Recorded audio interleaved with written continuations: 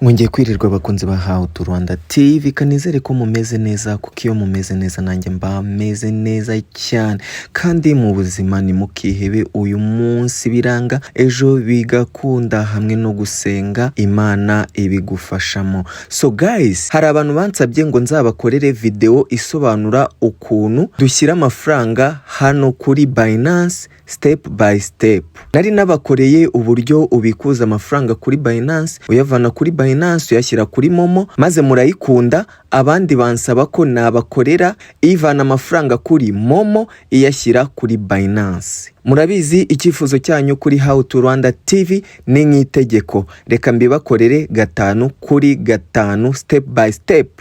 So ikintu urahita ukora ni iki: injiye muri Binance yawe, urahita uza hano hejuru ukore kuri utu turongo dutatu, ukoreho, uze ushake P2P ngiyi hano, recommend, uze hano kuri P2P ukoreho. Nukoraho uragera hano hari buy hari sell.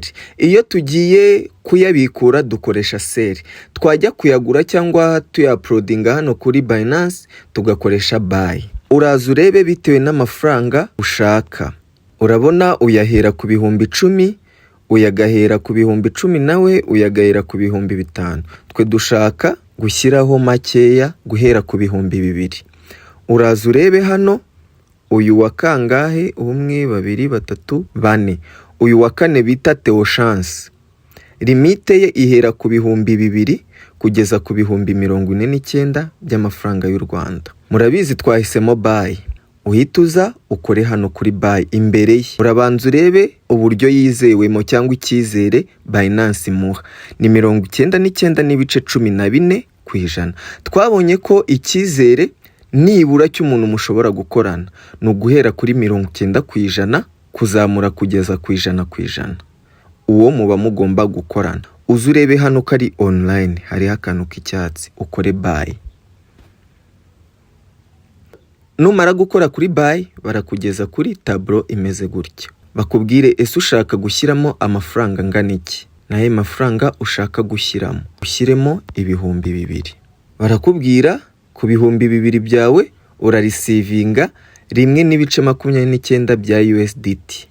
Ese uremeranwa nabyo? Ati yego. Nurangiza ukore hano hasi kuri press order, accept.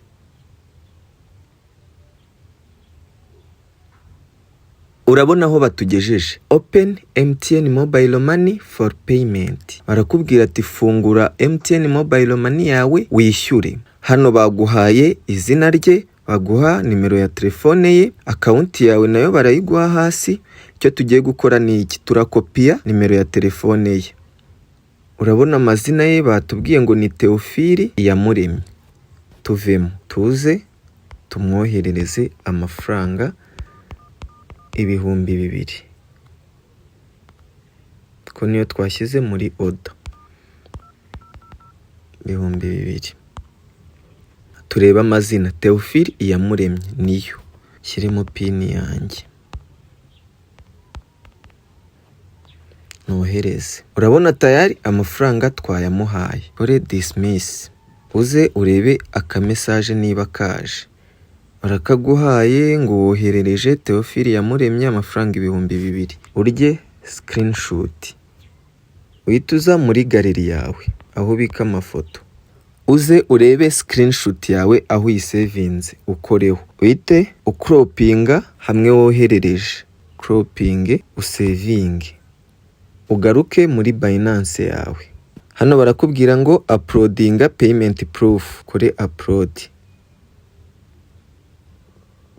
Network unstable, ukoreho ugende uploading ya screenshot yawe uyishyiremo. Ushatse wayishyiramo inshuro 3 kuko baba bagusabye nibura proof zigera muri 3 ya uploadingemo. Byabaye uhita ukora hano utransferinge proof yawe yuko wishyuye ari amafaranga. Urabona iyo ukimara kohereza proof urategereza nawe akakoherereza amafaranga. Urabona ko 1.29 yayamaye yabaye completed. Urabona namwishyuye ya price yari yingiye, receiving na receivings. Ujye kureba kuri balance yawe niba yagezemo.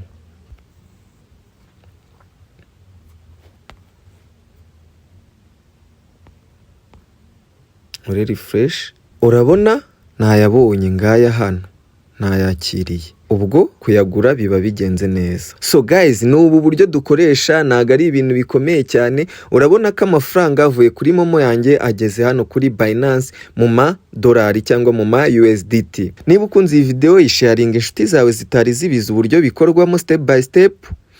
Usige comment, wavuga thanks, wavuga tuzadukorere kuri iki kintu, zose zingeraho ndazisoma. So guys, mwakoze cyane kubana natwe.